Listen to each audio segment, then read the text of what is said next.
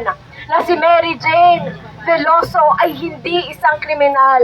Si Mary Jane Veloso ay biktima. Sa ating mahal na Pangulo na sana ibigay na po ninyo ang clemency sa ating anak para makauwi na at makapiling na namin po siya sa pamamagitan niyo po. At lalong-lalo na yung mga kasamahan niyo po, mahal na Pangulo, pag-usapan na po ninyo na ibigay na ang clemency sa ating anak at makakauwi na at makapiling na namin. Maraming salamat po. Mga migranteng Pilipino, sana po makinig din.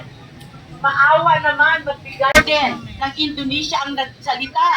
Pinakinggan sila ng kanilang alang-alang sa kanya at alang-alang sa kanyang pamilya. Matatanda siya sa paglilitis na ito. Naway bigyan ng lakas at tapang ng loob. Ang paghihirap ni Mary Jane sa kulungan. Lumaki na, tumangkad na, sobrang lalaki na ng mga kay President Bongbong Marcos. Kung si Mary Jane ay pinauwi na